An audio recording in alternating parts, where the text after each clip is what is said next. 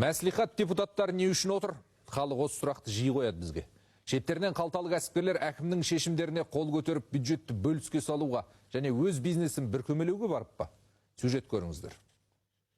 Депутат ол халық пен биліктің арасындағы алтын көпір деп жатады. Онысы рас, бірақ алтын ба, күміс пе, әлде көзге көрінбейтін көпір ме? Әйтеуір Астана мәслихатының атқарған ең үлкен жұмысы. Астананы Нұр-Сұлтан қылып, кейін қайтадан Астана қылуы. Ол жерде біз әрине халықтың жаңағы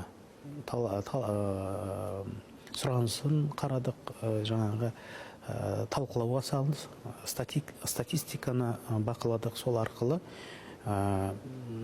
Астана атауы қайтарылған болатын. Бірақ сол мәслихатқа депутат болу оңай емес, сайлауға қатысып, көңілі қалғандар бар. Біраз азаматтар өзінің жолдастарым айтып атты.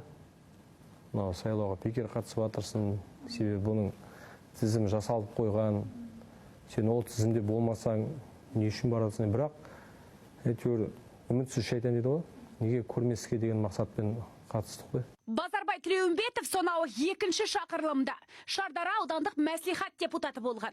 Қазіргілерге қарап, қарны ашып жүр. Тәуелсіз депутаттар түссе, кішкене шындық шығып отырған болар еді.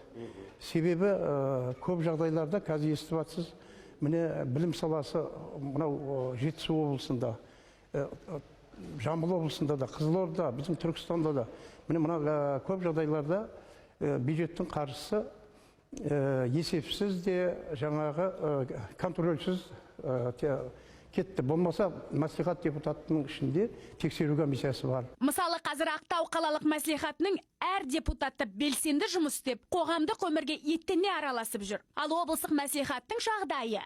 Облыстық мәслихаттың депутаттары облысқа келген қаражатты бөлетін адамдар ғой былай қарағанда.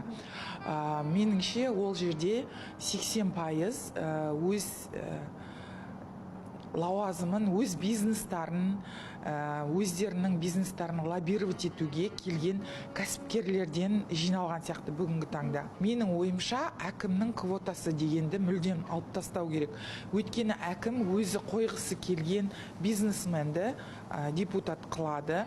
Ары қарай облысқа бюджет бөлінген кезде ол депутат өзінің бөлінген қаражатты өзінің бизнесіне жұмсайды. Әр көшеден, әр ауылдан, әр ауданнан сайланған мәслихат депутаттарын жергілікті жұрт тани бермейді.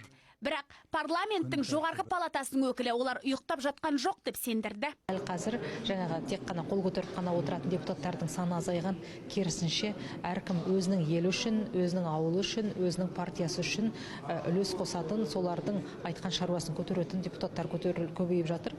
Мәслихат депутаты кім? Түсінгеніңіздей жергілікті мекеме басшылары, әрі бизнес өкілдері өте белсенді мемлекетшіл жастар.